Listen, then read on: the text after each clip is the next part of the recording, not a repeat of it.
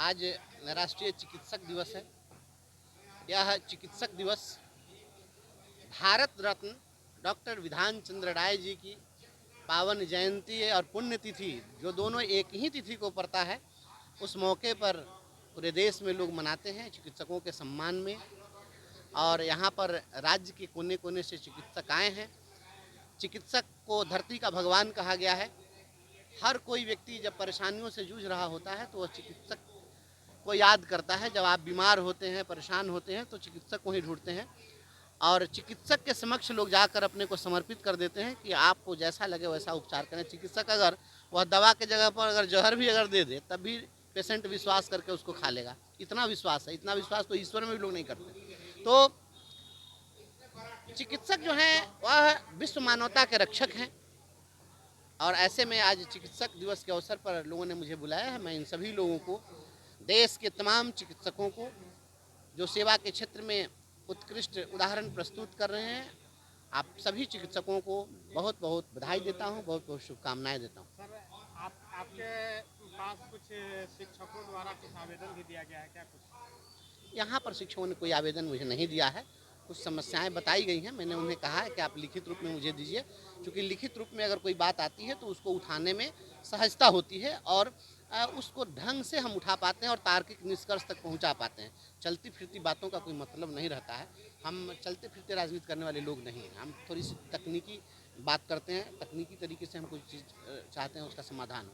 तो कोई भी बात हो संचिका में आए और उस पर कुछ रिटर्न काम हो, रिटर्न कोई जवाब मांगा जाए, इस रूप में हम राष्ट्रीय चिकित्सक दिवस है और उसके लेकर और बिहार में अभी लचर जो है स्वास्थ्य व्यवस्था को लेकर क्या कहेंगे?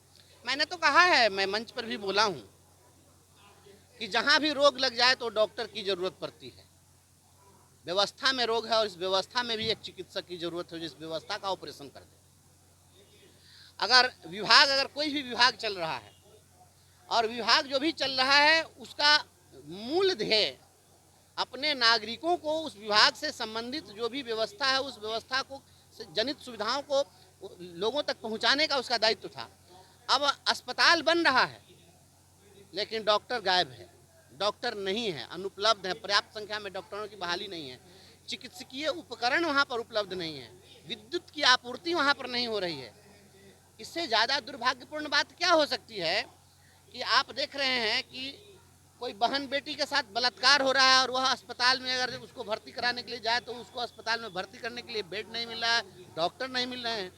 तो ऐसी स्थिति में राज्य के चिकित्सा मंत्री जी को और सरकार को निश्चित रूप से अपने अंतर्मन में झांकना चाहिए। इसमें राजनीति नहीं, बल्कि जब कोई भी व्यक्ति अपने अंतर्मन में झांकेगा तभी उसको पता चलेगा कि हम कितने % अपने उम्मीदों पर खरा उतर सकें।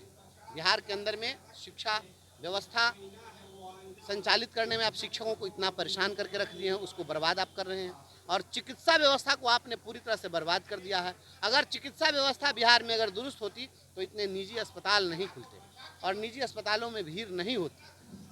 लेकिन यहाँ पर क्या है, निजी अस्पतालों में भीड़ है, अस्पताल तो है, डॉक्टर बीमार है, क्या कीजिएगा, बहुत बुरा हाल है।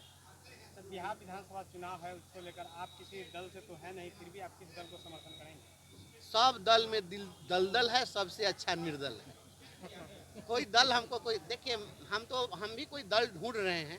कोई ऐसा दल मिल जाता जो दल मुझको झेल पाता तो मैं उस दल को ज्वाइन कर लेता। मैं ढूंढ रहा हूँ, आप लोग ही सजेस्ट कीजिए जो मुझको झेल ले, जिसको मैं सत्य को सत्य कहूँ, गलत को गलत कहूँ, चोर को चोर कहूँ, ईमानदार को ईमानदार कहूँ। और मैं जब आईना लेकर उसके सामने खड़ा हूँ तो उस आईने में अपने कुरूप चेहरा को देख करके भी सहजता से स्वीकार कर ले तो मैं उस पार्टी में चला जाऊँ।